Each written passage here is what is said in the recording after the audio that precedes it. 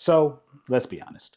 Your life is probably a bit of a mess right now, but it's fine because honestly, mine is too. Life can really be a lot sometimes, and it's so easy to just let everything that we have to balance at the same time just overwhelm us. We have work and social commitments, hobbies and responsibilities. We have to pay bills and take care of our health and just all of these things.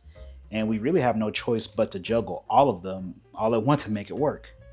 And sometimes it can just really feel impossible. But luckily for me, recently I've been using a new system that has just really helped make life so much simpler. It helped me stop chasing perfection and just start doing everything with a lot more intention. And I want to tell you about that system in this video. Now, a lot of the time, it's just really hard to balance everything that we have going on in our lives. We have to show up as the best version of ourselves for all of these things, and that just leads us to wanting everything to be perfect. It feels like you can never just win because if you focus too much on one aspect of something, something else is eventually going to have to fall or get less focus. And that sucks. I'm someone that thinks that everything I'm doing needs to be perfect or highly efficient because that's what I think that highly successful people do. But that's not a very realistic option a lot of the time. And it can be hard to just let go of the idea that everything needs to be perfect and optimized. But honestly, sometimes good enough is good enough. Luckily for me, one of my best friends and one of the main motivators for me to even start YouTube, Simi, came up with a system that has really helped to make my life easier by taking all this pressure off myself and to do everything intentionally. And that system is called the Good Enough Matrix. So I had just quit my job working full-time as a physical therapist in order to build my business off my YouTube channel. And at the same time, I was moving from Virginia all the way to Hawaii and starting my first online coaching program. So everything just felt like super random and urgent all the time. I felt like I was like constantly overwhelmed and I didn't have enough time and energy to do all of the things.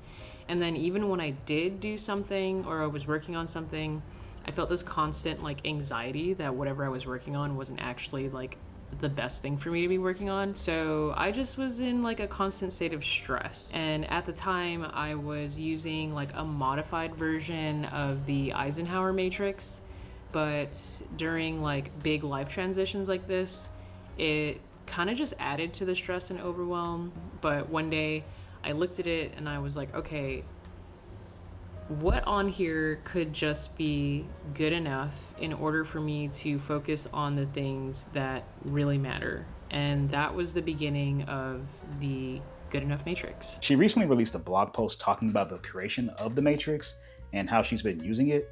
And when I read this blog, I just felt really inspired because everything she said was so true.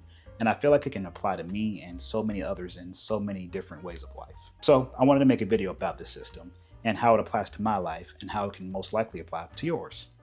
I'm going to link the blog post down below because I think it deserves a read since she's the creator of the idea. Plus, Simi is working on something really cool and that'll be out in the near future. And I think it's going to help out a lot of people. But without further ado, let's get into the components of the Good Enough Matrix. And for that, I want to bust out the best way to explain anything. A handy dandy whiteboard. Now let's make a deal right now. None of y'all are going to talk about my sloppy handwriting in the comments of this video, okay? We have a deal? Perfect. Let's get started. So we'll get started by drawing our lines, and then we'll go over the axes, what each of these lines actually means. We'll get started on the x-axis, or the bottom, and from here we have time and energy investment.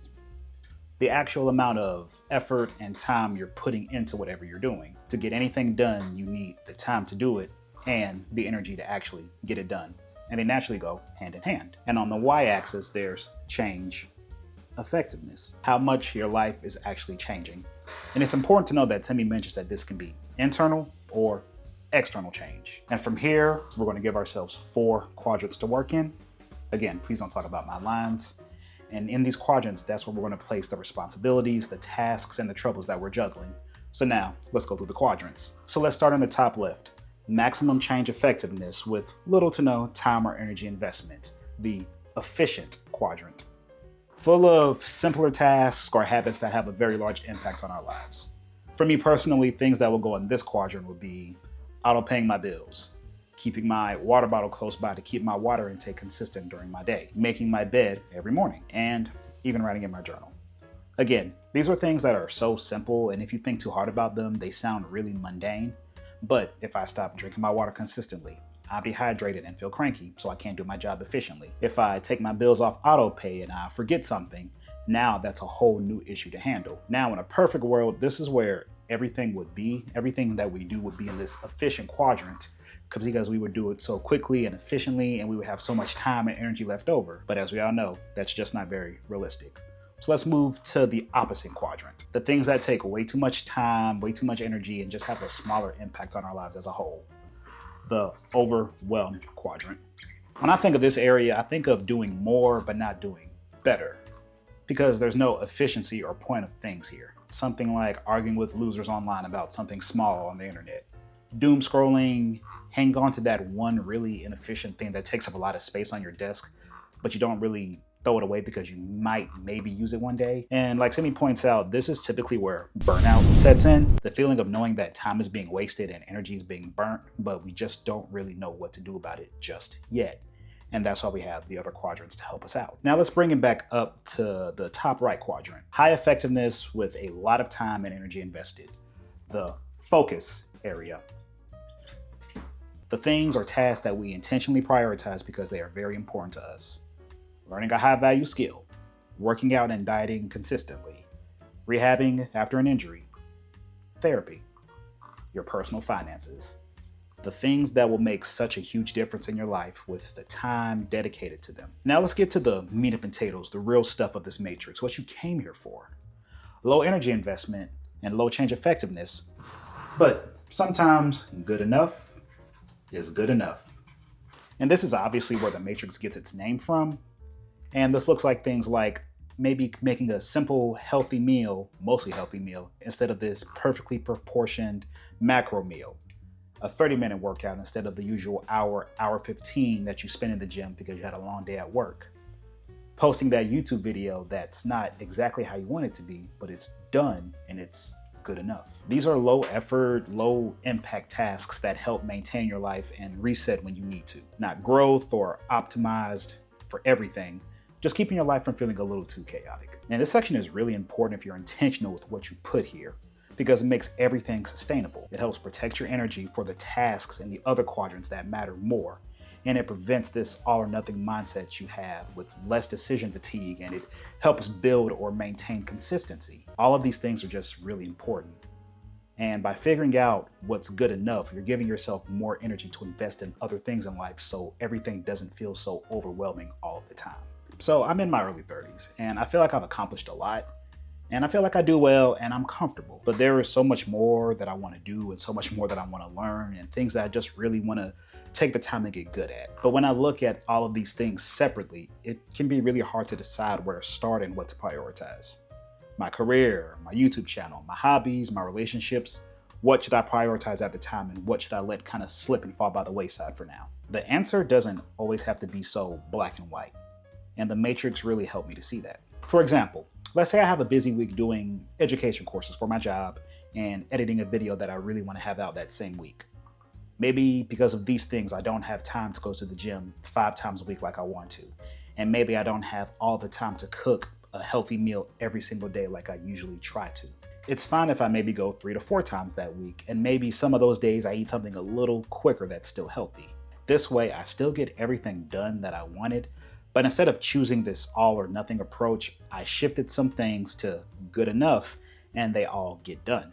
And now I'm still productive and I'm not burnt out. The good enough matrix helps with tasks like these because the things that you want to put into these quadrants are meant to be dynamic. They're meant to be moved around depending on where you are in life or how you're feeling. We don't wake up feeling the same way every single day. And some days we have a lot more time and energy to invest in these things that we want to do compared to other days. And that's fine. That's normal. For me, every 3 months, I pack up and I move to a new city for work. And I'm sure you can imagine just how difficult that can be sometimes. Trying to balance all of these changes plus responsibilities I have in my life was a lot.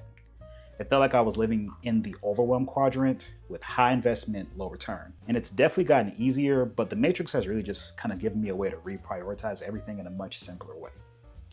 And another great thing, you can even make a matrix for specific things that are important to you and relevant to your life. A matrix for your career goals, or one for your fitness journey. If this video does well, maybe I'll make another one about how you can use this matrix specifically for YouTube, because I'm definitely doing that.